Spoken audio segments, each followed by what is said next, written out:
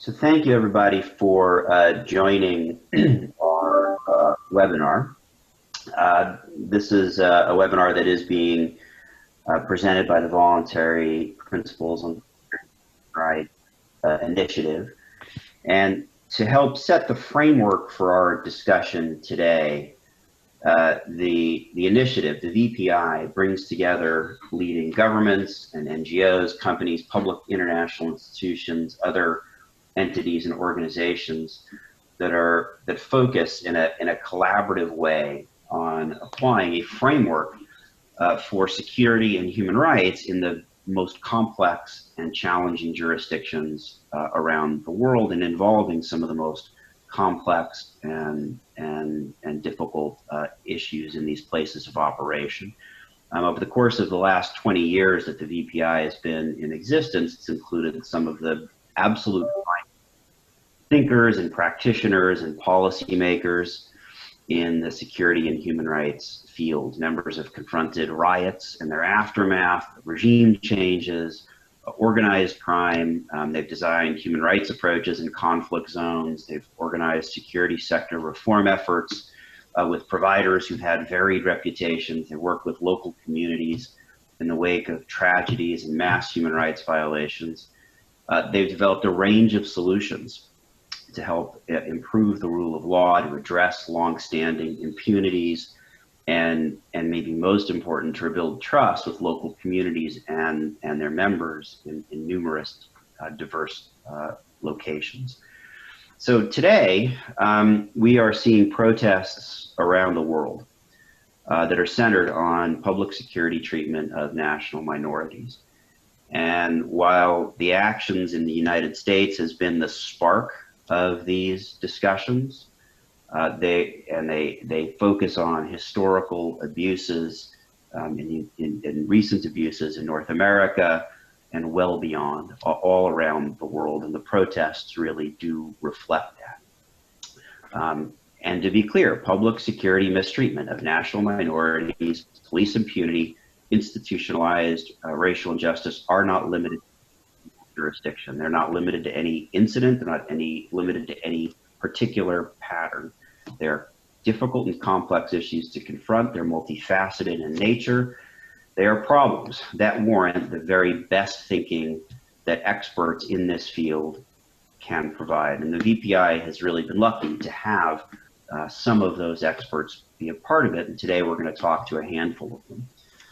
Traditionally, Voluntary Principles Initiative, we tend to focus our attention abroad. We focus our attention in developing jurisdictions. We share the lessons internally among VPI members, but we are going to do something different than we traditionally do and what we've done before.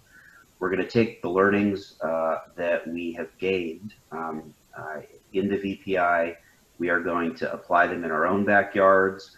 We are going to talk about to a range of interested audiences about how these challenges can apply to the situation that we are confronted with on a global basis today.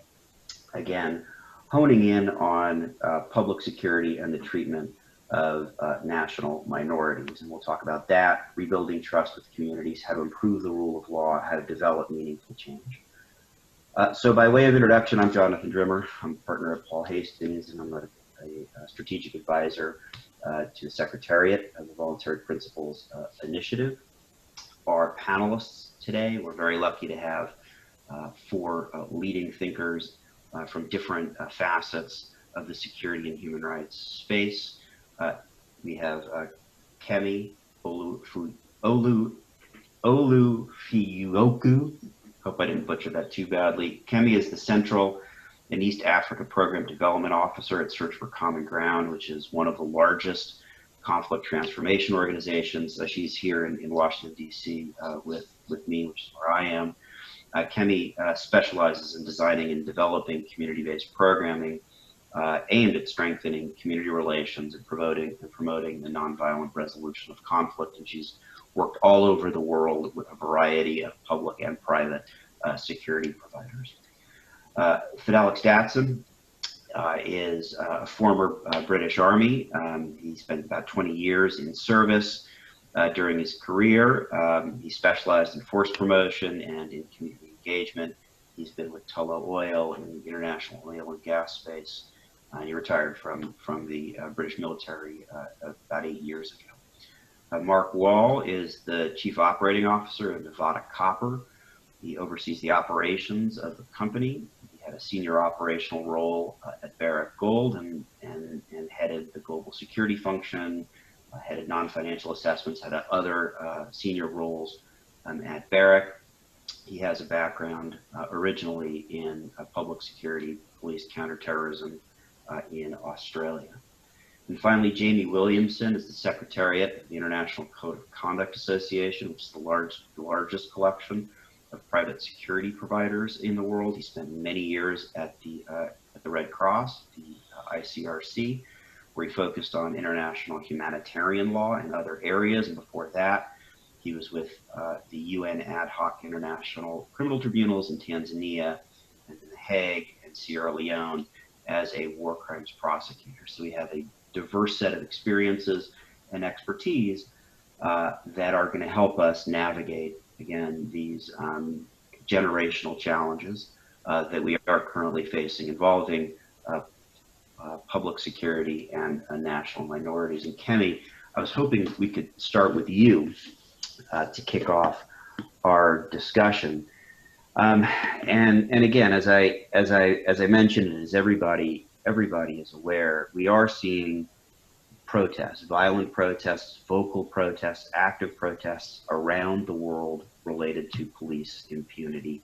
Some are in solidarity with protests in the U.S., or protests obviously in the U.S., and some outside the U.S.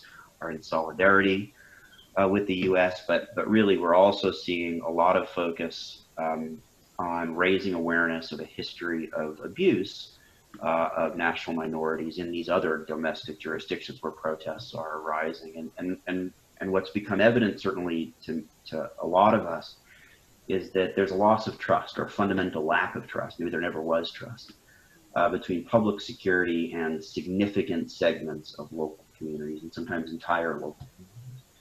So how can we think about repairing that trust within a community after this deep, long-standing, heartfelt, and substantial perception of impunity? You can talk a little bit about some of the concrete steps that can be taken and how we know we're making progress. Sure. Yeah. Thanks for that question. You know, when I think about what it takes to build trust between police and communities, and particularly communities with longstanding histories of systemic marginalization, historical neglect, and unaddressed grievances, I'm particularly interested in how those existing dynamics are currently unfolding within the context of COVID-19. And, you know, we're seeing governments, corporations, and police implementing policies around human behavior and social behavior that's quite restrictive and has consequences and real life effects on everyday people. And while these policies are in the name of public safety and public health, I do think it's important to look at how they are being implemented across different contexts. You know, whether or not these policies are being implemented universally and without prejudice, or marginalized communities are continuing to bear the brunt of the burden and are being over-policed in the implementation of these policies. The consequences of these policies being felt disproportionately, both economically and socially. And an example that comes to mind right now is in Kenya, and coastal Kenya in particular. So coastal Kenya has a really unique history that's quite distinct from the rest of the country, due in part to the ethnic demographics, the religious demographics of residents along the coast. So coastal Kenya is a majority Muslim region of the country in comparison to the majority Christian other parts of Kenya. And that has, in addition to that, there are low unemployment, it's high unemployment, low literacy rates, low education, lower GDPs in comparison to other Kenyan counties. And these factors together have resulted in deep-seated sentiments of mistrust of the government. And because of this, and because of these frayed relationships between these marginalized communities and the government and police, that really hinders the ability of these actors to come together collaboratively to implement the necessary coordinated response efforts to prevent the spread of COVID-19. And so at the end of March, President Kenyatta implemented a curfew. And within the first 10 days of the curfew, 6 Kenyans were actually killed at the hands of police that were implementing this curfew. And I would like to share a story out of Kwale County, which is a county that Search for Common Ground has been involved in and has implemented numerous projects over the years. This is a county that has many of the same demographics of other coastal counties, same sentiments of mistrust, secession movements, the Al-Shabaab insurgency and violent extremism attacks are also prevalent in this community. So it's a very, very sensitive context. And so the second night of the curfew, a motorcycle taxi driver named Hamisi Juma was driving back home after just dropping off a pregnant woman who was in labor to the hospital. And he just so happened to be caught right outside the hours of curfew. And he ran into a police patrol that was enforcing the curfew, and they opted to use quite heavy-handed measures and ended up beating Mr. Hassimi and left him on the side of the road. He was unable to secure any medical treatment until the curfew was lifted in the morning, and unfortunately he died as a result of his injuries. And when this happened, Search realized that this had the potential to really be a watershed moment in the community that could result in an increase in violence, an increase in protests, and mainly not only due in part to just the general fear of these communities around COVID-19 and the dissemination of misinformation around the spread of the disease, but also communities that are really fed up with this mistreatment at the hands of police. And so in order to, try to be as proactive as possible and prevent further human rights abuses, we implemented a 3-pronged approach to try to mitigate further risk and further violence. And we did this first through single stakeholder dialogues with the motorcycle drivers, or as they're known in East Africa, boda drivers and police. So we brought them in separate spaces, safe spaces, where they're able to share their experiences on the hands of boda drivers, their experiences with police brutality and harassment, their fears around the spread of the virus, and then in turn also with the police, their experiences as police officers, their own fears on the job, but then also in terms of the spread of the virus as well.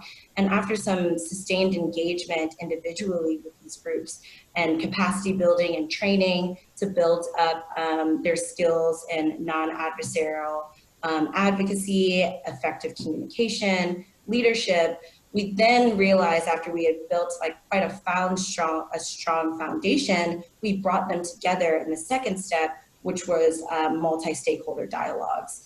So in these dialogues, oftentimes it's the first time that a boda driver and a police officer are really engaging in cordial, informal spaces and have the chance really to air out their grievances without retribution, and really seek to gain empathy for the other and discuss common issues. And in these conversations, we found that COVID-19 was this common invisible enemy that offered the opportunity for collaboration amongst these historic adversaries. And so out of the discussions and brainstormings between these groups, they eventually came up with some joint community initiatives to prevent the spread of COVID-19 and also share some insights around effective modes of prevention and response. And the third step was the actual implementation of these collaborative initiatives. So these initiatives were jointly designed by the Boda Boda drivers and police, jointly executed by the Boda Boda drivers and police. And so they were going out in tandem groups throughout the community, distributing masks and hand sanitizer, setting up hand washing stations, sharing information about the spread of the disease. And this is a really powerful image in communities that don't see people working together across divides, especially when it comes to law enforcement and other government authorities. And so seeing these groups working together around this common cause was actually quite substantial in these communities. And now we're seeing a reduction in the amount of police abuses in terms of implementing the curfew. And I think a lot of this was made possible because of the longstanding engagement that we have had in these communities for years. Continued investment and engagement with different subsections in these communities that made it really easy for us to kind of jump in when we saw the potential for further exacerbation of conflict. And through that investment, that's how we were able to deal with this crisis so quickly. So Kemi, let me just ask you a quick follow-up question. And that's a tremendous example of really great work. The key ingredients that made that a successful effort. Obviously there's dialogue, there is long-term investment, there is a willingness to engage. Can you take those ingredients and talk a little bit about how they can apply to the situation we're seeing in the US and other jurisdictions that are thinking about public security and racial justice issues? And then within that as well, you mentioned years. And I want you to talk a little bit about the time component. This isn't there are no quick and easy fixes, I guess, is what you'd say. Right. Yes, for sure. And so I'll answer the time question first, and then we can kind of speak a little bit more to the US context. So from our engagement all around the world in conflicts, some of the most consequential conflicts all around the world, we've found that it takes about 8 to 10 years to really see that systemic change, that enduring change.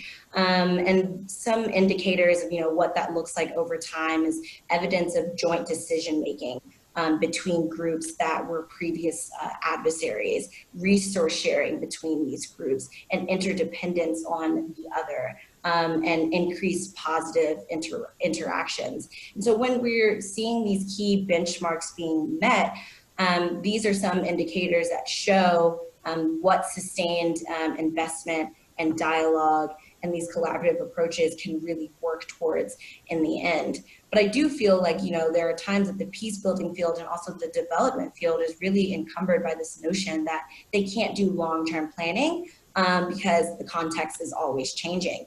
But this notion is profoundly disempowering because it neglects the fact that some of the conflicts that we see in places all around the world were there a decade ago, and they will continue to be there 10 years from now if they continue to go unaddressed. So that long-term investment is really, really key, and then involving trying to be as inclusive as possible in the development of these communities.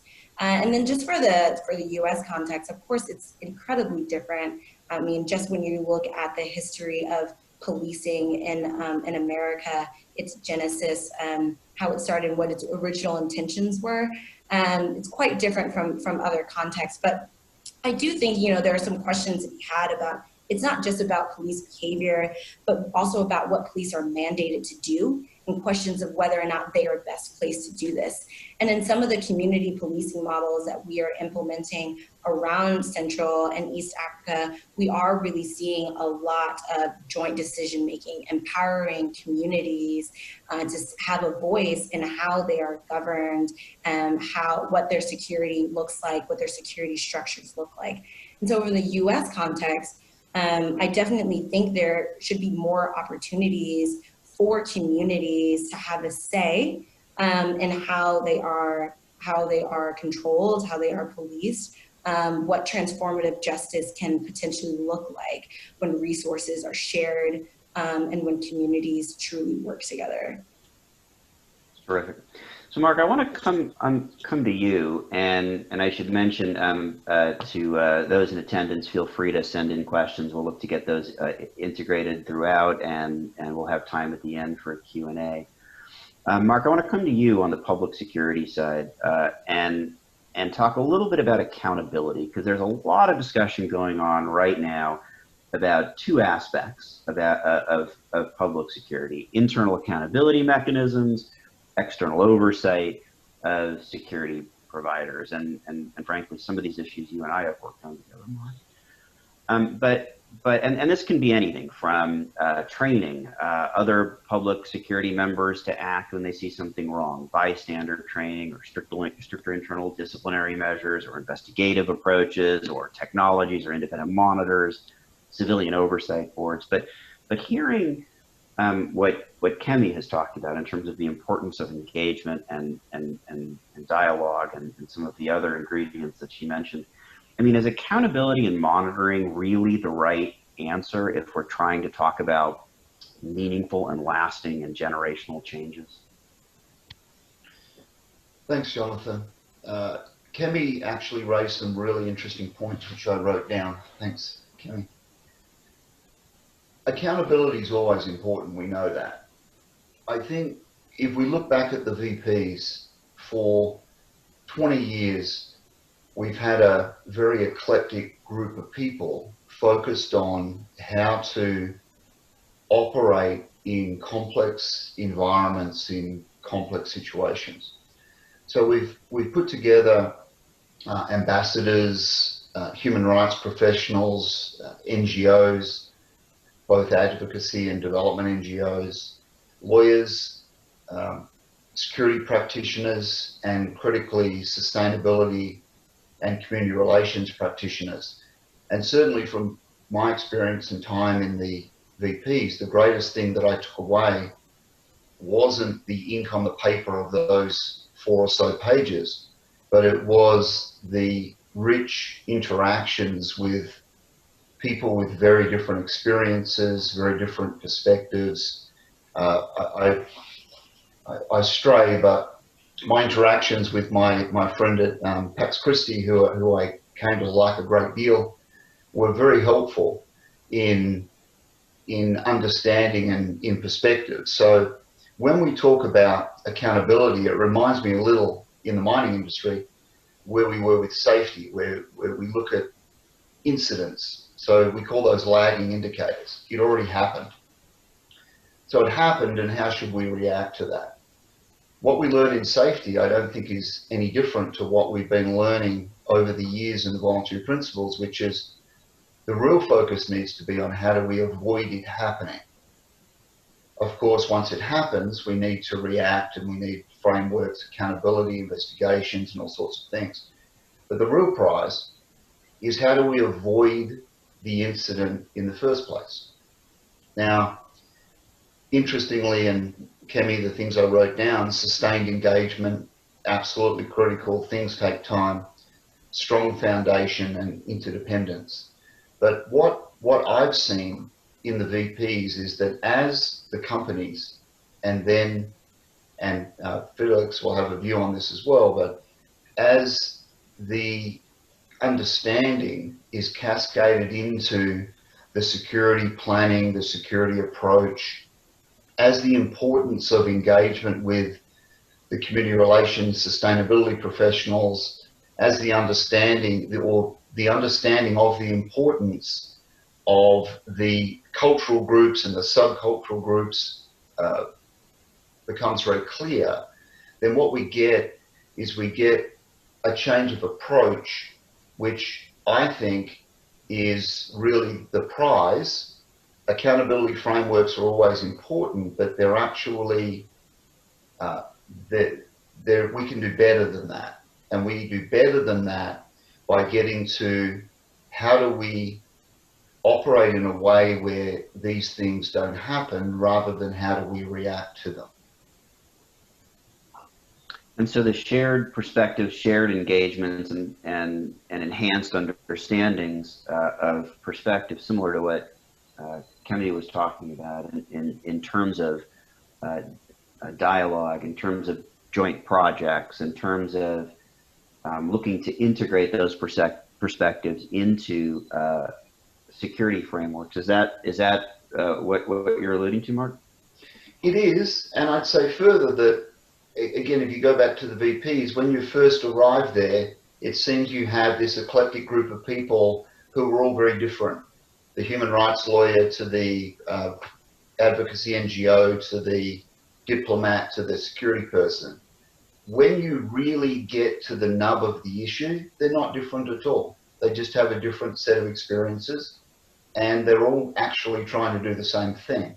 It's just once you get that, even within the VPs, sustained engagement builds understanding, builds trust, and that leads to changes to approach. But Alex, do you want to come in on this? You obviously had hats in long time in the public sector, public security, also a security lead for a global energy company. Can you talk a bit from your perspective about the importance of gaining these additional perspectives into security frameworks, and in particular the understanding and perspectives involving local communities that Kemi talked about? Yeah, definitely, and similar to Mark, I mean, as this has been going on, I've been writing notes, and the things I've really picked up on, which are themes that I've been thinking about as well, is number one, it's the approach that you take. And the approach you take is fundamental to ensuring that you have a security solution which works for you as a company, but also for the community in which you're operating as well. The second thing, though, which has really come out from the conversation, is also about how it's humanizing the people you're dealing with. So whether it's with the community or whether it's with NGOs or whether it's with sort of ambassadors, whatever it is you're dealing with, it's that sort of humanizing them in order to better understand where you're coming from. Like Mark says, when you end up humanizing, having those discussions, you realize actually that we're trying to find the same solution, but from slightly different directions as well. So in terms of my perspective, I think the critical thing for me is the themes I've picked up in my military career. And in terms of public security, there's a slight difference in approach from sort of a military perspective and a police perspective. From a military perspective, we tend to turn up in an area that we haven't really operated in before. So it's really, really critical to understand the context of the environment you're working in. And that understanding goes back through sort of historical understanding, through to sort of understanding the community, the cultures and subcultures as well. And, reflecting on military career, before you deploy in operations, you would have probably about 6 months worth of pre-deployment training. And the first part of that, to basically give you a context, was the sort of historical context. You'd have academia coming in, giving you some ideas and some concepts to use as well.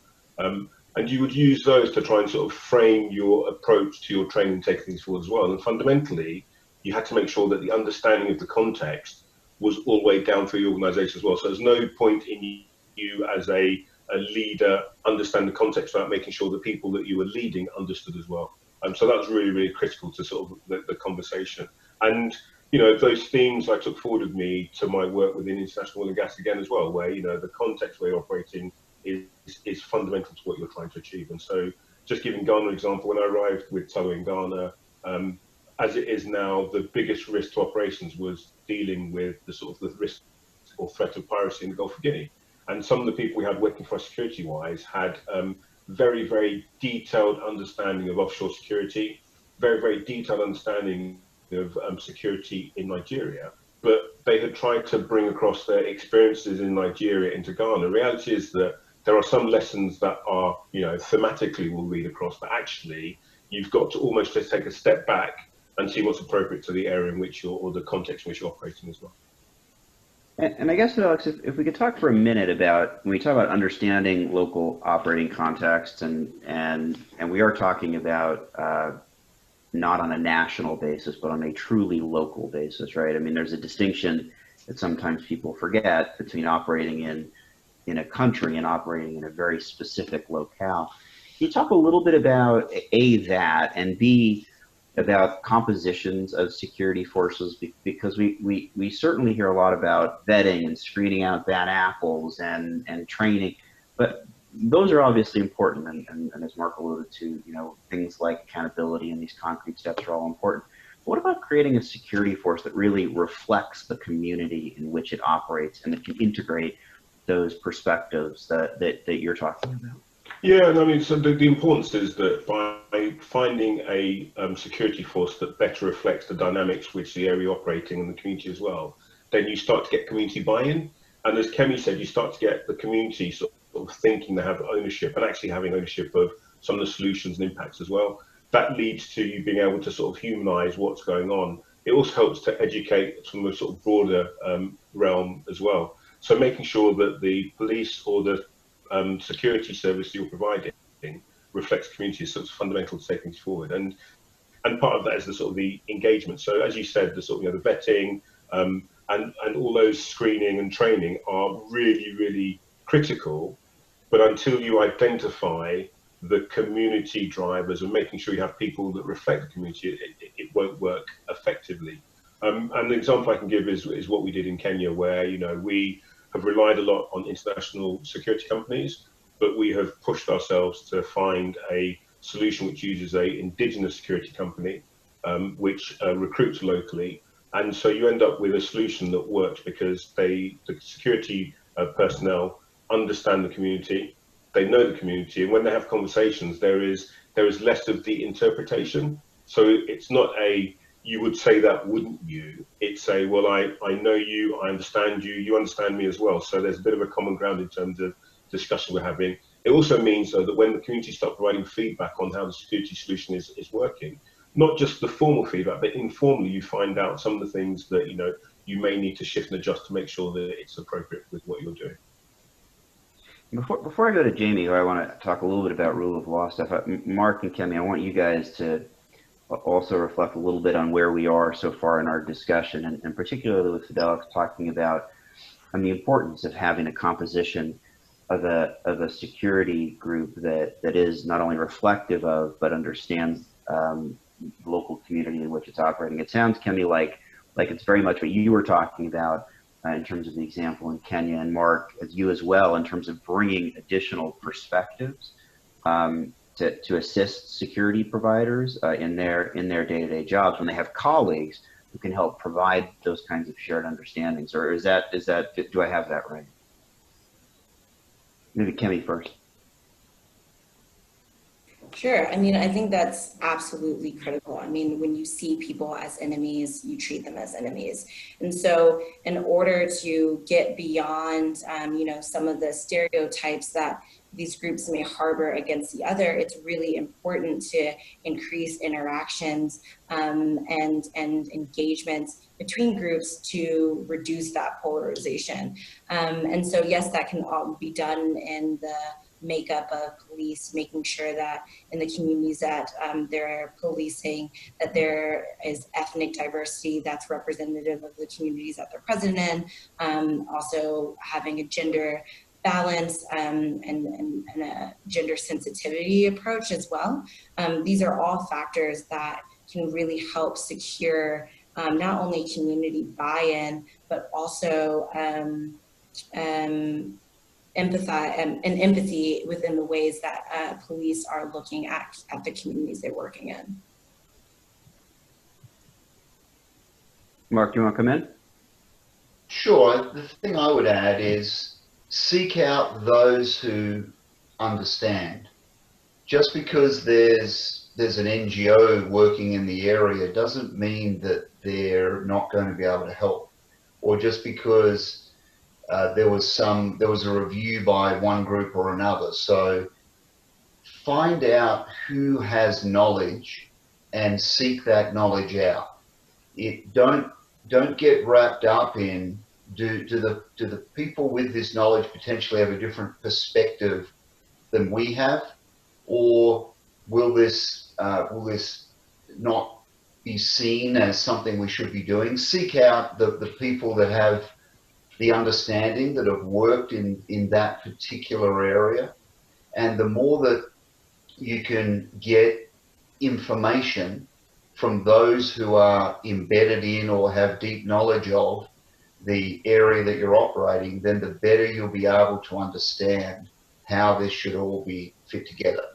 So I guess it comes back in a way to this interdependence word, but it's really have a broad look at who has knowledge of how this all works, and seek them out and obtain that knowledge.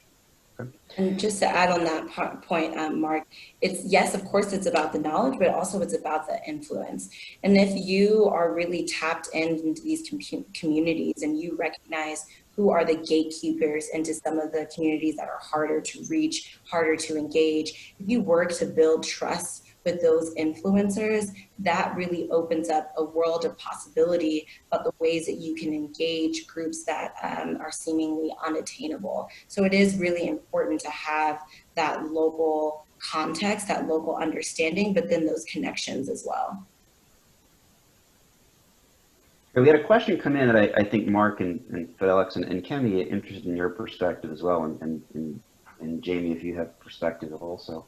It has to do with community watchman approaches and how those can either help or maybe hinder community and operational security. What's your view on community watchman approaches and the issues? But Alex, you want to start?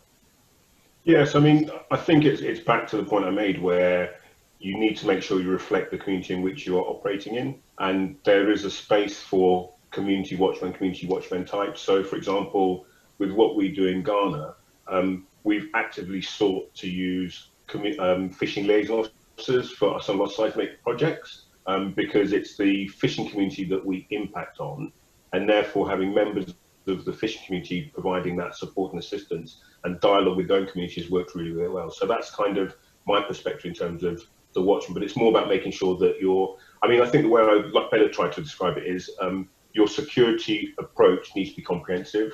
I like to use the sort of the football or soccer analogy for the international audience, where security, you're the goalkeeper, and you can continue diving around to try and save goals. Without the other 10 members of the team, without the managers and other stakeholders involved, you won't provide an efficient solution. So yeah, there's a space, but it's part of the making sure you choose the right people and the vetting, the assurance and training, and all the other elements that have been discussed before as well. Mark, Kemi, before I move on to Jamie?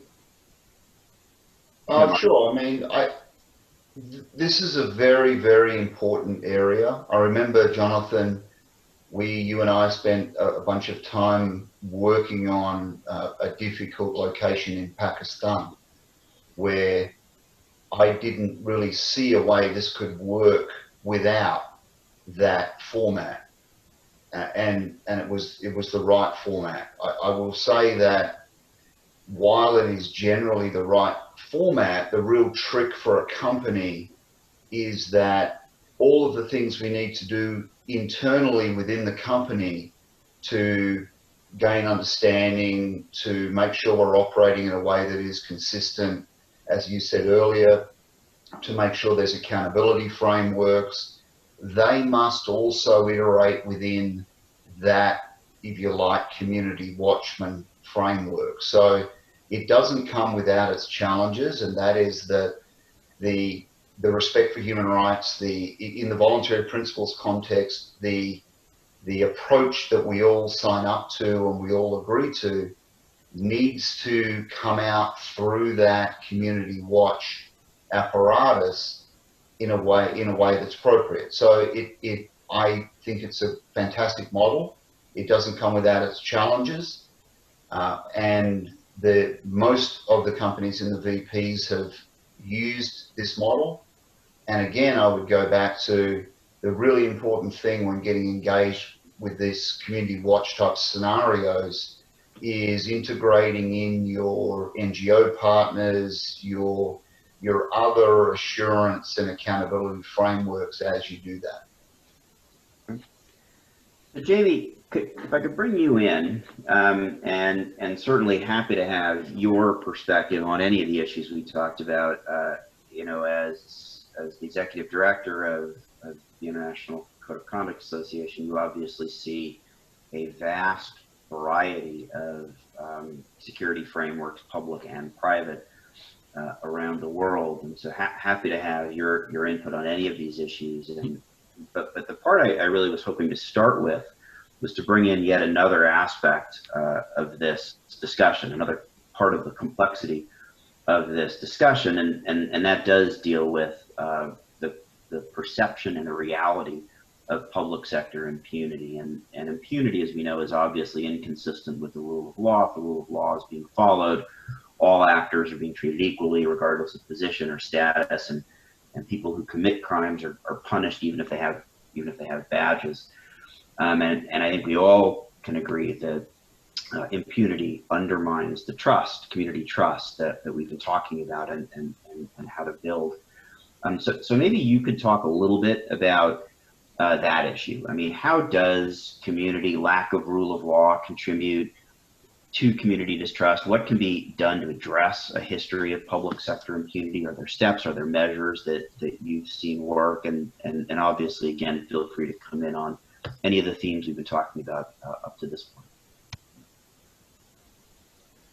Thanks, Jonathan. It's a big couple of questions there, I dare say, in terms of what you're asking there with regard to impunity and rule of law. I think you're up for it. I think you are. Okay, I'm sure. We can go all day on this one. I think I'll start just to build on what's been so far a pretty fascinating conversation amongst all the panelists. And some of the terms I've seen, prevention, collaboration, accountability, ownership, local community engagement, I think are all critical as we take discussion to the kind of the rule of law impunity piece.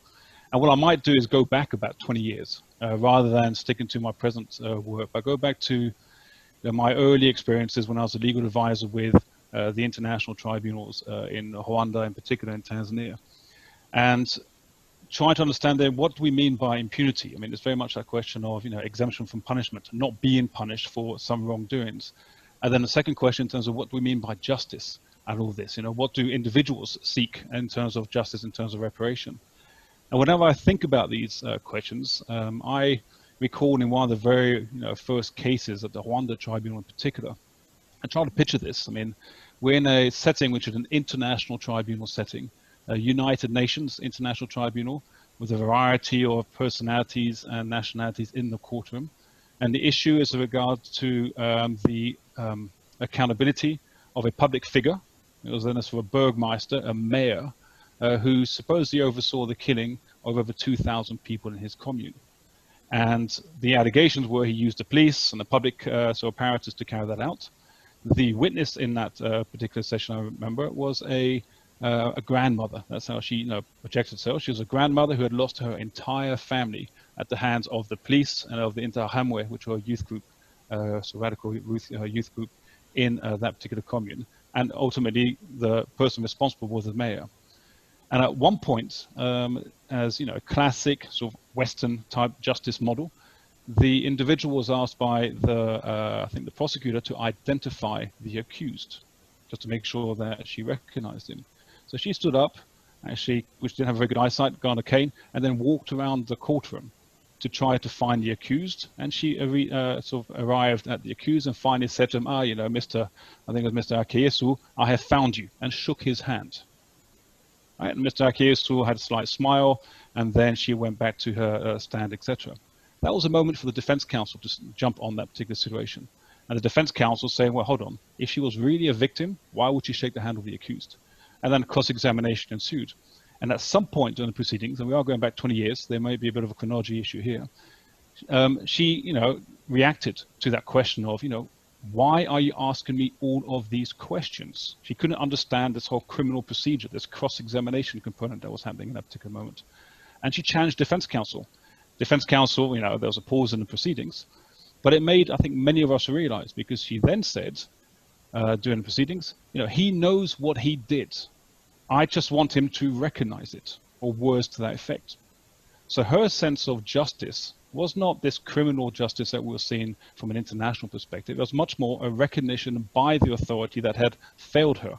And to rebuild that trust in the authority at some level was to have recognition on the part of the public authority that there had been failings, that there had been some criminal acts in that regard. And coming out of that, going forward to today's discussion, I think some of the points we need to look at with regard to impunity before we get to maybe the prevention piece that Mark alluded to. Question is, one, what is justice? What exactly are you speaking about here? What is the rule of law that we are alluding to? Is it the rule of law in terms of a clear legal framework at the international domestic level? Or are we talking about, as we mentioned, I think Kemi mentioned the Buddha Buddha example in Kenya, maybe frameworks which are more loosely attached to sort of cultural and traditional kind of approaches. So that could also be a way of conceptualizing rule of law matters. You know, we look at Ghana and sort of community interaction there. What about the victims? What's the victims' perception in all of this? How do they see justice? What do the local communities want to be seen to be done to address any wrongdoings? Do they have that sense of ownership? And I think somewhere along the way, the perpetrators, do they have a recognition of the harm that they have committed? Do they have a manner in which they can actually redress that particular harm? Do they feel as though in one way or another they have been punished for that wrongdoing? So that question of accountability, ownership, victim, perpetrator, and exactly what is that rule of law. The second piece in terms of what works, and I think a number of you already alluded to a number of these issues. You know, go back 10 years rather than 20 years in my sort of days with the International Committee of the Red Cross. Much of my work then was interacting with non-state armed groups, the military, as well as the police. And I think, as Fidelix, you quite rightly mentioned, there's different cultures and different mindsets. The military is not the same as the police in terms of public forces, but quite often in complex environments, you'll see the military operating alongside the police. Yet they have a different way of approaching things, a different way of dealing with issues internally. I mean, some of the things which we have seen, or I've seen in my career that actually do work, I think the obvious one, you know, it's that zero tolerance policy, whatever that amounts to, is making sure that any level of harm or harassment or discrimination or memes, you know, slides or racist jokes have to be cut out of the system from day one before they're allowed to embed themselves and actually grow within a particular system. I think the part, I think Fidelix, you mentioned this, the question of leadership. I mean, leadership at all levels, not simply in terms of the unit levels, but when you're going all the way up from within, let's say, the military structures or the public law enforcement structures up to the civilian leadership in that regard. There has to be some sense of leadership and clear leadership in that regard. There's that prevention piece in terms, in my mind, of the closing of ranks. We see this, you know, in countries all over the world. Basically, there's kind of a situation that if someone feels as though, you know, their peers within the sort of the uniforms are being, you know, hoisted out to be held accountable for wrongdoings, there's this closing of ranks. How do you encourage, you know, public security forces to come forward and to be prepared, if need be, to testify or to speak out against their peers who have committed wrongs at some levels? Questions of transparency, visibility, and we see it in many contexts, including those that you alluded to. Are we confident? Are the local communities confident in that level of accountability and in the systems which are in place to ensure accountability vis-a-vis the perpetrators of wrongdoing? Are we seeing more discussion in terms of what could be done, what remedies have been offered, where the ills may be occurring? And I think in many ways, what the rule of law is nice as a sort of framework, but at many levels, we're also looking at going beyond what the law requires. It's not simply what the shall is, it's what should we do in many ways, and encouraging people to go beyond that and to actually influence the behavior in the positive. And bringing principles of justice to a local definition where they're felt and understood, as opposed to frameworks that we might think of as justice from a different external lens. I want to bring in one piece to this discussion. I'm going to use my prerogative to call a friend. And I want to bring in Hannah Blythe, who is senior at Fund for Peace and is now at the IFC. And part of the reason I want to bring in Hannah is to talk a little bit about development, which is part of what we understand and learn in the VPI, but also can have profound influence on the issues we're talking about. Peace building on concepts of justice and rule of law defined in a manner that is sensitive to local context in terms of public security and security sector reform. So Hannah, can you talk a little bit about the intersection between development activities and some of the issues that we're raising? Hey, Jonathan, can you hear me all right? Yep, just fine. Thanks so much for everyone this morning. Good to see some friendly faces again. And, you know, I think it's really important that the VPI is doing this, so it's great to see this conversation. I think from, you know, listening to everyone, you know, and reflecting on some of those pretty horrific, you know, incidents of police brutality we've been seeing in the US and we've seen in many communities all around the world and where we're working. And in Australia as well, you know, Aboriginal deaths in custody, where I'm from too, has been a long-term issue. But, you know, these kind of incidents of violence are a symptom of much deeper issues that need to be addressed. And, you know, systemic racism, marginalisation, inequalities that kind of manifest in underdevelopment of community infrastructure and access to services, job opportunities, education, health, you know, they're kind of cycles of are really hard to break and take so much time, and that makes it all the more complex for, you know, some of the private sector actors that are going in to these kind of areas as well. But, you know, that's where I think the development actors can be super critical in being able to work with governments, communities, and to some extent the private sector to try and work on those structural long-term reforms. And so I think that from the development side, you know, we need to make sure that we're diagnosing those structural vulnerabilities and designing interventions that are kind of going to build capacity and resilience specifically of those marginalised communities. But, you know, in the context of the BP's discussion, you know, the challenge is communities want to see those rapid changes, and rightly so, and often that escalates into violence. And that's where I think the VPs and, you know, IFC has the performance standard for similar there, that it's so helpful as a practical, you know, approach to reducing escalation of tensions around use of force. And, you know, within that, I think too, is that focus on community early warning, which is so critical. And I think, you know, Kemi and Fidelix gave some really good examples of Ghana and Kenya, where it's about, you know, reaching those communities, engaging with them, and you know, looking at other solutions outside, you know, police or military interventions, and getting to that level.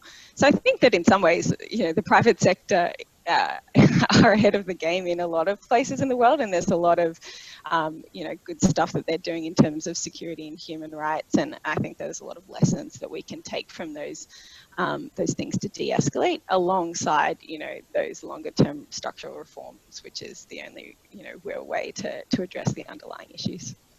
Oh, that's terrific. Thank you, Hannah, for that intervention, and certainly, I mean, one of the pieces, if I could pull out one strand of what you mentioned, you know, it is this timing point that Kemi talked about at the outset, that, you know, the desire for change is immediate and deeply felt, but long-term change takes time, and you can have immediate, you know, responses that help ease tension. But if you really want change, you're talking about, you know, 8 years, 10 years, I think, is what Kemi mentioned at the outset. And I think that long-term approach is obviously an important context. And from a development standpoint, I assume that's also how you're thinking? Yeah, I mean, it's intergenerational, right? Like, a lot of these contexts are things that have gone on for decades, if not centuries, around those marginalized groups. And a lot of that manifests as, you know, a lot of physical and geographic inequalities in places. So to be able to, you know, address some of those underlying things, it can take, you know, decades. So I think, you know, while that structural reform needs to continue, and we really need to push and work with others to do that, I think the community-based solutions, and, you know, at that local level around community early warning, and you know, having honest discussions about, you know, what can we do at the ground level with the community to address some of those issues is helpful, and that's going to be the way that ultimately you stop the escalation of violence, in addition to you know, that's security sector reform. That's terrific, Hannah. Thank you for that intervention. Kemi, do you want to come in on this? Sure, yeah, and just to piggyback on Hannah's point, you know, yes, so much of trust building and collaboration is about relationships, and it's really quite personal. personal, but the issue and the challenge is how are we able to institutionalize that, to bring it to a fold where these approaches are now seeing long-standing impacts on the systemic barriers that we see that hinder collaboration, and how we can overcome and build systemic collaboration. That's not just going to be possible through one-on-one people-to-people interactions. It's definitely more of a multifaceted approach where we have to really look at how these institutions have continued to produce systemic barriers against certain groups and bringing them into the fold. And so that really is a lot of the challenge of our work, is, you know, making those grassroots local level approaches, but then also seeing them on a broader macro scale and really being institutionalized across the board. Jamie, do you want to come in? Is me or Fidelix there? Jamie, go ahead, and then yeah, no. Actually a question for the conversation. Much of the discussion we've had so far is very much focused on the them and an us kind of situation.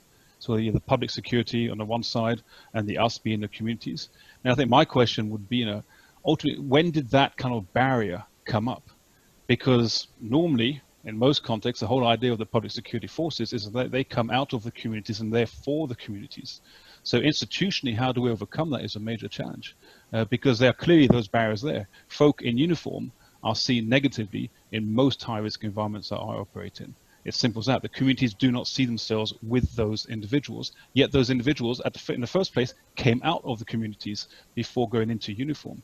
So that, I think, is a major challenge. And where and at what point did that slip? At what point did we see the public security forces lose that sense of community and of belonging to communities and sort of carrying out activities in support of communities? But Alex, did you want to intervene? Yeah, just on a point Kemi was making, and actually I'd sort of thought about it beforehand as well. So, Hannah mentioned about sort of, timescales, 8 to 10 years and all the rest of it. I think something else we need to think about from, my perspective is also making sure there's consistency. Because if you have that consistency, then it makes sure that along the timeline, that people understand that what you say you're going to do and what you do will continue before your time. So, my 3 years in Ghana, I left and moved on, but consistency is that the activities that had started will continue. So yeah, I think consistency is a way of making sure that, we sit and fit with this timeline as well. That's great. If I could bring in another perspective, I want to bring in Joe Gashru, if I could, from Shell, because I want to focus on one issue that is obviously an important part of the VPI, and that is, as we talk about community distrust of public security and impunity and accountability and rule of law and justice, all of these concepts, these really critical concepts that we've been talking about today, I want to focus on one discrete question, and why are these business issues? Why are these issues that companies, multinational companies, domestic enterprises, regional, why are these issues that companies ultimately should care about? And Joe from Shell has long been one of the vocal leaders and creative and progressive thinkers in the VPI. I was hoping, Joe, you might touch on that issue. Yeah, sure. Hi, everyone. Can you hear me? Just fine. Thank you. So before I touch on your question, Jonathan, I think there's some really fascinating points coming out of this discussion that we've had today, which completely touch on some of the aspects of business. So as much as we're talking about, a dynamic from communities to the public security forces to how we can build trust, I think Hannah mentioned, there's a role that private sector plays in this. And that role actually is done in coordination with some of the other groups that we've talked about, your NGOs, your governments, your organizations that work on peace and security. So from a perspective of, in terms of why this matters to business, is, we all talk about the respect framework, which is essential in being able to carry out any operations. Now, most of you wouldn't be familiar with the fact that in most cases, some of those business operations happen right in the middle of communities, right? And in order for your business to go on, the engagement with communities has absolutely got to be in a space where there's respect for each other, there's trust, and fundamentally, I think the core of that is respect for their human rights. You know, not respecting that there's a neighbor there, but you're interested in their well-being and ensuring that you are not exacerbating harm in your operations whilst you're there. There ties in the public security piece. In some of, as Jamie mentioned, in some of the high-risk contents that we operate in, or contexts that we operate in, we don't always have a choice of who we pick in terms of public security. You don't always have the choice in terms of vetting, understanding what those backgrounds are for some of those public security providers. And in some cases, those public security providers don't come as well trained or well armed or versed in some of the Western sort of protocols in terms of security and training and upholding of human rights. So there's a vital role that we as the private sector play in this, because, you know, we're there, Fidelix talked about time, we're there for predominantly long periods of time for some of those projects. And it's within our benefit and in our favor to leave a footprint that has recognized, respected, and upheld, and perhaps even promoted the human rights of those communities where we operate. So public security in this piece is really key. We don't always have the influencing game here. We don't always have the ability to go to a government in those host nations and say we want X. Sometimes we get what we get. And from what you get, what is very key to business is to understand, you know, we talked about understanding what the risks are, understanding the context in which you operate in. How do you humanize the human rights implementation? So it's all very well for me to sit there and say, you know, I want the security forces to be able to be versed in the VPs. What does that mean to them on a practical basis? You know, so in a business context, there's the initiative that supports, but on a local level, there's understanding how those security providers could either be a risk for you with relation to communities, and then understanding how do you de-escalate that risk in a manner that humanizes them whilst you're doing this, makes them understand what the risks are, and understands from, you know, that respect framework that we talk about why it's important to uphold human rights, and if there's a response that's required, that response has gone through that fully graduated thinking process of what's appropriate, right? And I guess I can't stress enough to say, you know, if business does not care about ensuring that when they operate, they do it in a respectful manner, in a manner that upholds the rights of the people who work for us and also who surround us, then I think we'd be having a totally different conversation here. I think it's the onus of the business to ensure that they do their bit and support that in the best way that they can, and then bring in those stakeholders that we're talking about today, in terms of the NGO groups, in terms of the local actors, in terms of, you know, whether it's the commander of the particular public security provider that's providing the service, whether it's a higher level, you know, it has to be graduated, the level of engagement. But I think for me, the most important thing that business can do in this, in terms of risk mitigation, is ensuring that you understand the context in which you're operating, because as Jamie said, you know, a lot of those public security providers do come from their community that you're probably working in, so you really need to be sensitive towards that. But then you also have to humanize those statements, you know. An example, one of the countries where we operate, you know, talking about the VPs for the public security force that we had is all well and good, but it didn't land. And it wasn't until we realized that, you know, you have to change that conversation into what matters to them. And surprise, surprise, they all believe in respect. It's in their, you know, religious teachings. It's in the things that they do in terms of how they honor each other and respect each other as neighbors. So why not that? Why not tie that into the training that you give? You know, sensitize it to them. So I think business plays a role here, but we're not sole actors. I think we would be naive in thinking that we can do this alone. We do rely on partners, peer groups, governments, to ensure that obviously across the board you're doing that systematic, slow change. And I think it's important, Jonathan. Thanks, Joe. That's a great intervention. I guess, Mark, Fidelix, what's your view in terms of the role of business in companies in this discussion, particularly some of the varied jurisdictions that that we all operate and our interactions with local communities. And maybe if you have reflections on the concept of justice, rule of law, as Jamie spelled out, those complex and nuanced local considerations, that might be useful as well. I mean, I'll jump in, Jonathan. I think business has a really valuable role. You and I are engaged on the board of the United Nations Business for Peace Initiative, and I think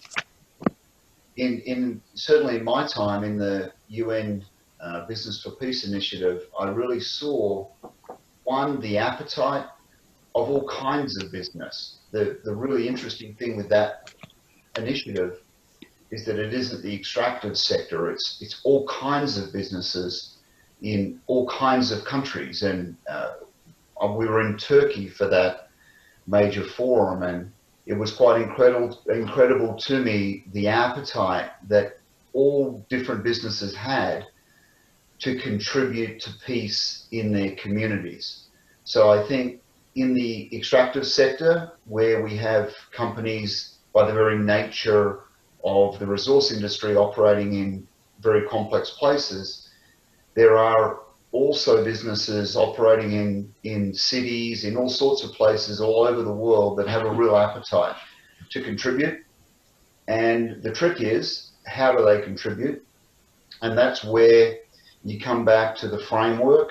The VPs is a proven, tried and tested framework, 20 years, lots of debates, lots of yelling and screaming over those years, quite a lot of theatre. But at the end of the day, what that has done is built this dialogue for companies to understand how they can contribute to peace, ultimately. Yes, I mean, a couple of things to me. The first thing is that just the nature of, oil and gas internationally is that when you're going to a new country, you get access to decision makers, you get access to gatekeepers, influencers at the sort of strategic political level. And so using your access to describe what you need to do and how you need to do things, especially when it comes to sort of the social license to operate, because it's all well and good signing off all those, official forms, but without the social license to operate, you won't be able to operate effectively and efficiently without impact on the community as well. So that's the first thing. And the second thing is, once again, using your influence. So the way you influence the public security forces assigned to your operations, it's the way that you act, it's the way that you make sure that you sort of intervene if you feel like you need to intervene as well. And then the final thing, and kind of linking to what Mark's point just made there as well, is that, similar to the VPs, there's something about the sort of business that has a convening power as well. You have the power to bring people to the table to have these discussions. And so using that convening power to bring as many disparate views as possible into this, to then take it and progress it forward as well. So those are sort of key takeaways from me. Right. Jonathan, if I may just make, I think, one comment here. I think the point that Fidelix made there with regard to the influence that business can play as a positive actor in context, should be looked at in more detail, because much of the discussion we have is with regard to specific operations of that company. But given the size of many of these multinationals, in various contexts, they can play a positive influence and a better role in terms of development and sustainable development, economic development in those contexts, but also influencing the government structures, by influencing the decision makers, I think, as Fidelis was mentioning, not simply limited to the communities where they're operating, but be more ambitious, go for the higher level kind of influence. That's right. Influencing policy, influencing local communities, influencing institutions. I do want to bring in, if I could, another VP's Hall of Famer, Krista Hendry, who was the executive director of Fund for Peace and is now at FMC. And Krista, I was hoping you could talk specifically about one project from your days at Fund for Peace. It was an innovative program, and this integrates what we're talking about in terms of the impact companies can ultimately have in terms of bringing peace to local communities. It involves the Niger Delta, Chevron playing a role, and obviously you at Fund for Peace. Can you talk a little bit about that program, what it was, why you believe it succeeded, and really what we can learn from it, the lesson that we can draw from it in terms of this discussion about public security, about justice, and those concepts. Great, thanks, Jonathan. Everybody can hear me? Just great. Okay, great. Great to see everybody, and this has been a fabulous discussion. And in case it's not obvious, Jonathan kind of queued me up for this. So, so I've been thinking about this all along. You all have already touched on so many of the attributes of this is the Niger Delta Partnership Initiative that we worked on to develop peace camps throughout the Niger Delta, not just where Chevron was operating. It was sponsored by Chevron, but it was really it has the attributes that Kimmy mentioned and others have said, you know, long-term dialogue, owned by the community, self-determination, ongoing investments.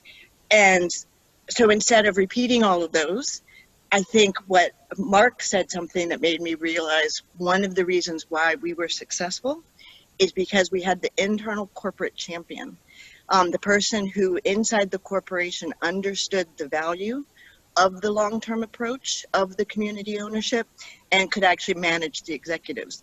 Like Hannah mentioned that the communities always want an impact. Well, so do the executives. So when you have a company making a contribution in terms of a partnership, making an investment, a lot of times you have to manage their expectations for that return on investment, because these are long-term, as you all have said, and it takes a lot of time. And so when I think about the Niger Delta Partnership Initiative, it was certainly because there was that individual who could keep communicating the value of the long-term approach and the fact that it was so arm's length distant from the corporation and it was really owned by the community that I think it's why 10 years on it's still functioning and still running today. And it gave that space for discussions so that during the good times the communities could be playing their future. They could also recognize when things were starting to go wrong in the communities and communicate that with each other and try to address issues and grievances more quickly. And then it gave a space that the corporation could tap into to understand the networks.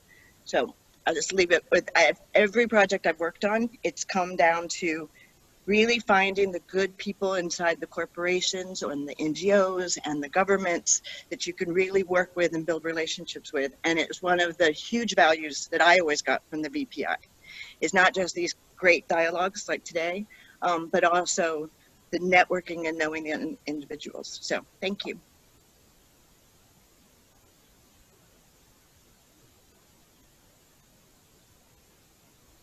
Jonathan, back to you.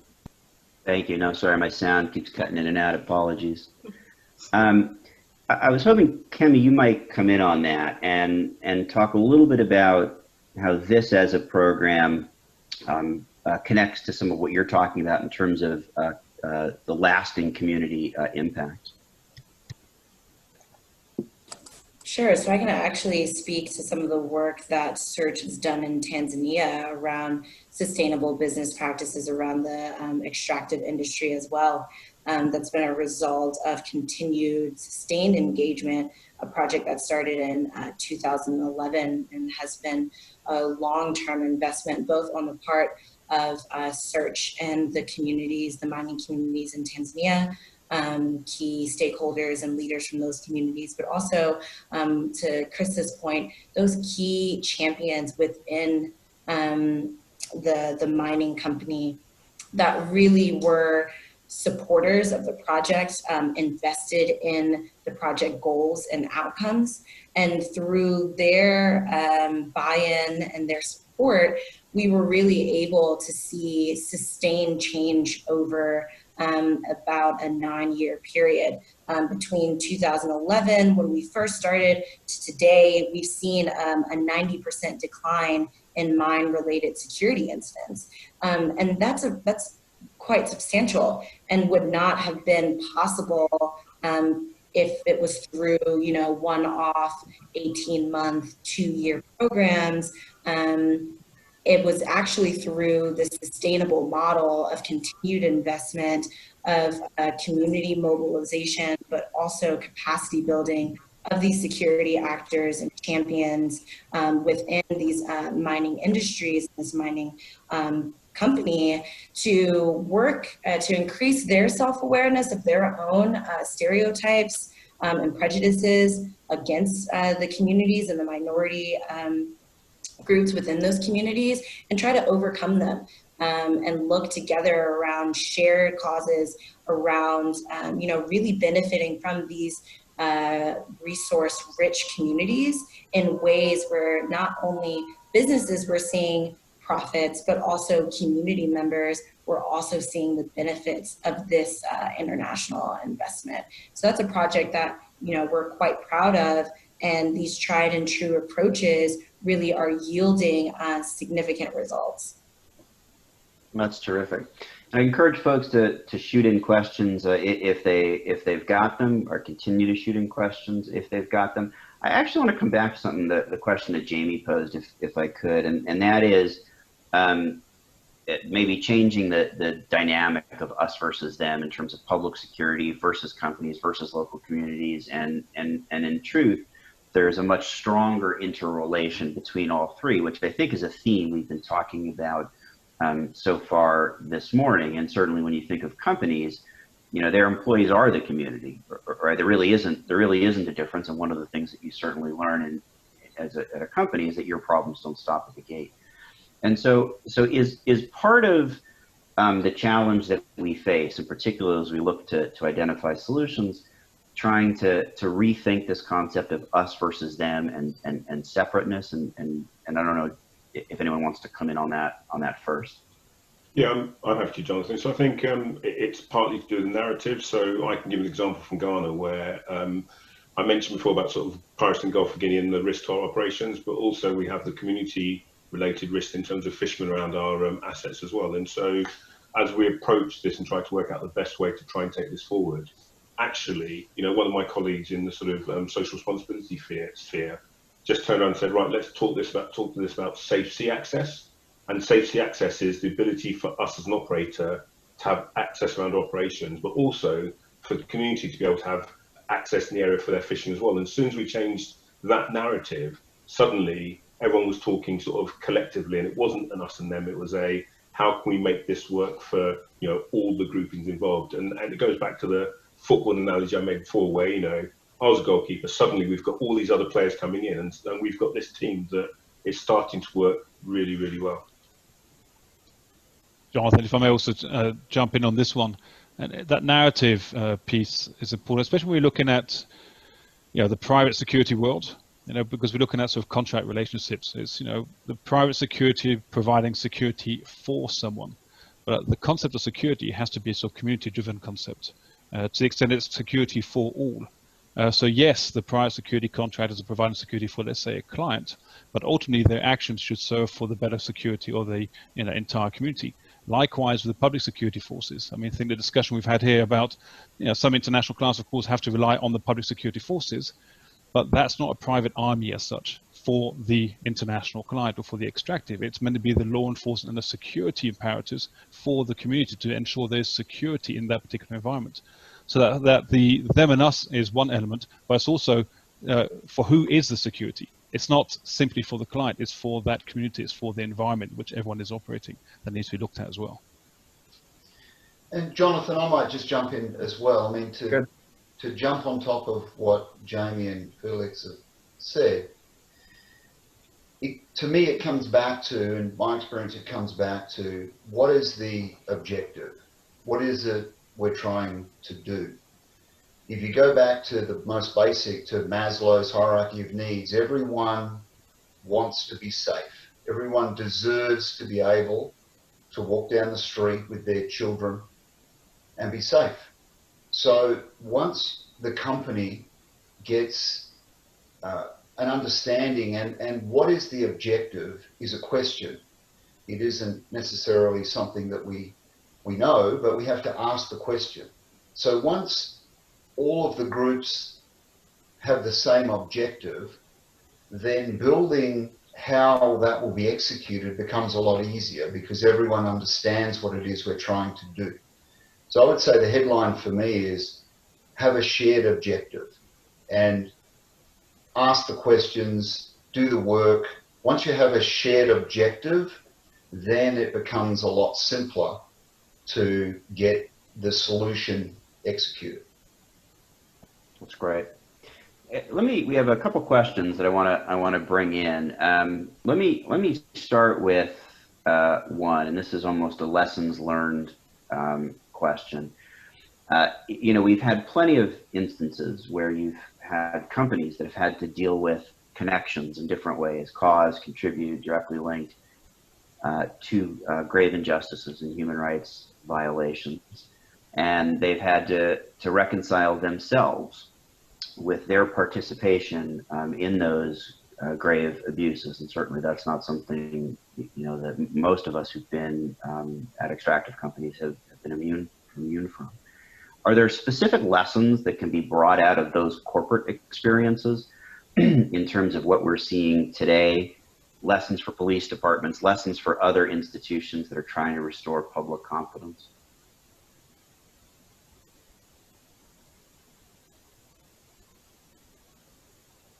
Anyone want to field that first? Mark, you think we can talk a little bit about some of the lessons that we learned at Barrick around the aftermath of negative human rights impacts?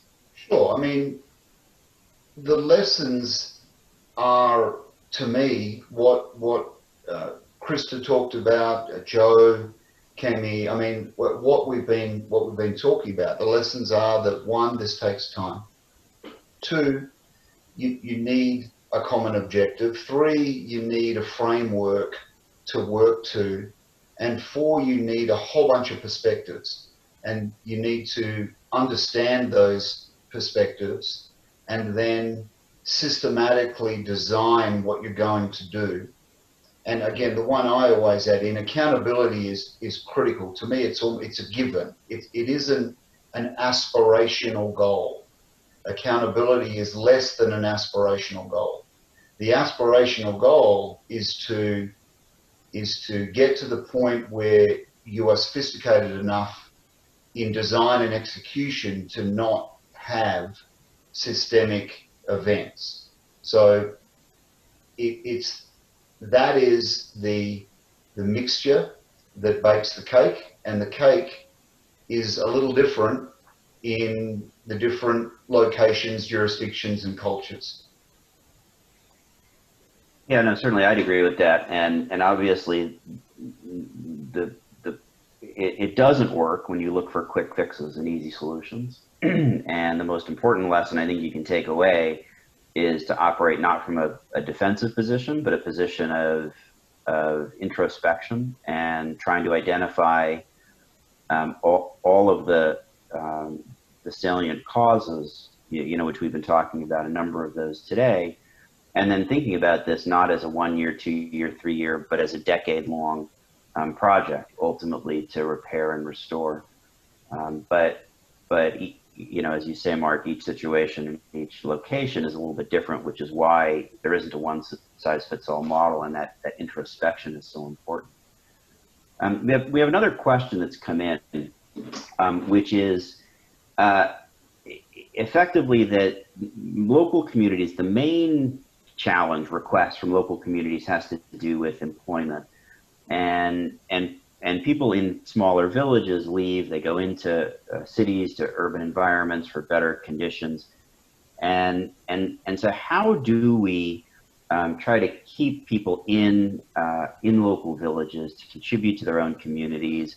And as we think about this from community development, as we think about this from peace building, obviously we do want to try to maintain the local communities and their economic prosperity, which is a cause of unrest quite frequently. Kemi, I don't know if you have a perspective on that.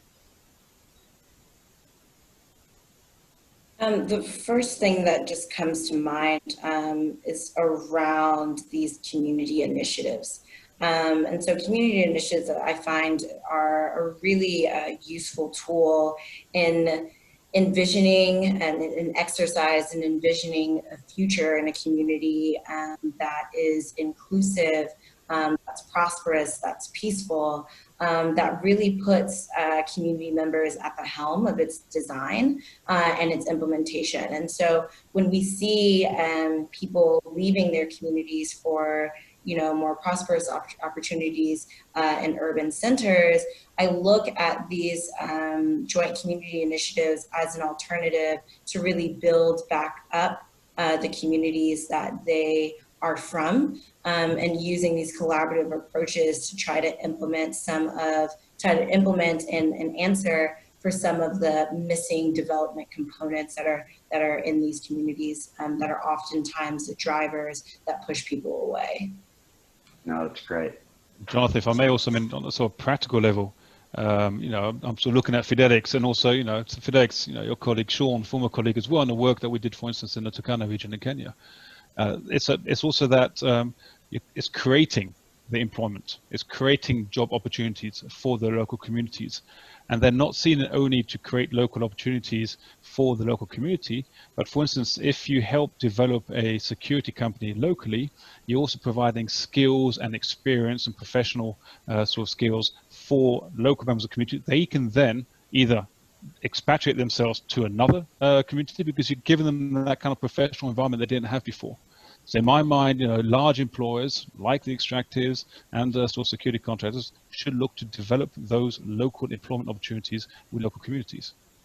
Yeah, Jamie, completely agree. I mean, you've given the example of us in Kenya. I mean, for me, it's that economic participation. And so, really small scale is, why not recruit drivers from the area in which you're operating rather than bring them in from a different area, and, training, developing, getting them up to the standards which we operate in terms of oil and gas sort of safety. But at the same time, leaving that sort of legacy of developing companies, giving them the ability to understand how they can participate within the economy on a wider scale as well. So, yeah, completely and utterly sort of agree with what you say. That's great.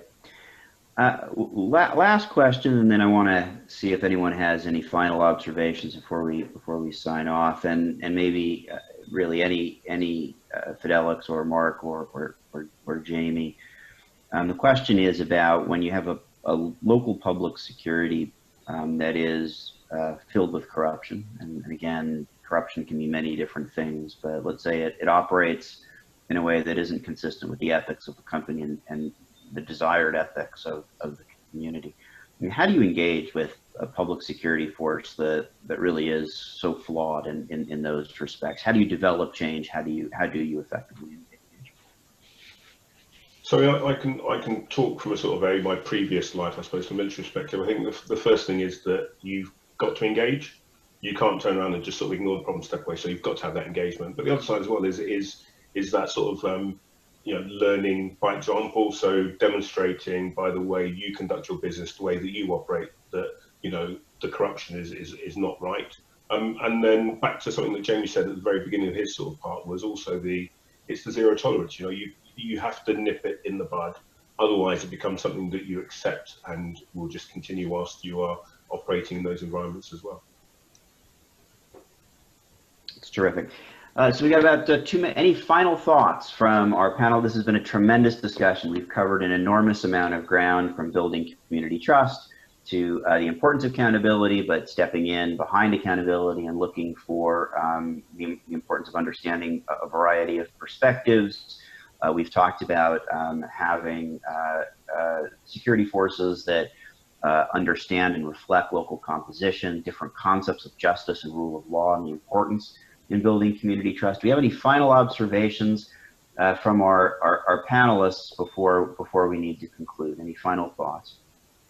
I mean, Jonathan, one thing I will say is I look quickly through the list of folks on this call, and I see old names and friends from the past, but Joe, Krista, Egbert, Brian, Roper, Maura.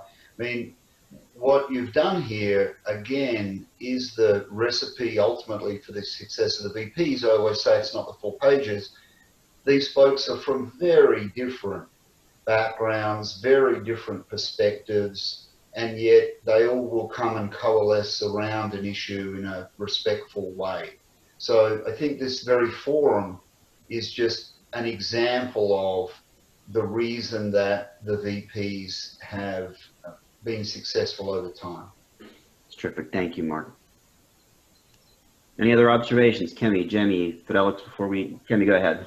Sure, just one quick point, just thinking of not only the context of where I'm speaking from with what I was talking about in Kenya and East Africa, but also from the US context, I really just would like to continue to implore governments and corporations and police to take the time to understand and learn the histories of the communities and the groups that they are constantly interacting with.